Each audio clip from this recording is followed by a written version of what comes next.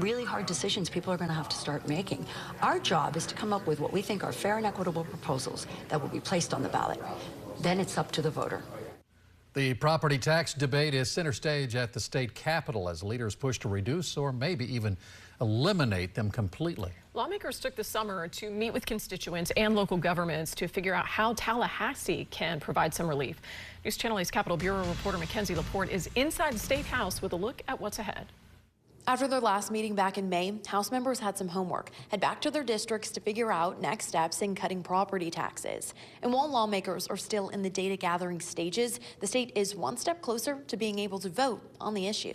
Last session, Governor Ron DeSantis introduced the idea to reduce and eventually eliminate the state's property tax. This summer, Chief Financial Officer Blaise Ingoglia kicked off his own mission, touring the state, urging local governments to cut out waste and lower property taxes. Local governments can indeed cut and deliver property tax relief. Now, House members pick up the debate, sorting out possible impacts to education, fiscally constrained counties, and what role local governments can play in this fight for relief. All of us as Americans have to tighten our belts a little bit, and I think local governments and municipalities are going to have to learn to do the same. So far, there are a number of proposals being floated, from going back to property tax levels from years past, replacing school property taxes with a statewide sales tax, and even prioritizing relief to seniors first. But there are some concerns, especially coming from Democrats who fear possible negative impacts on the local level. The majority of property taxes do fund public safety.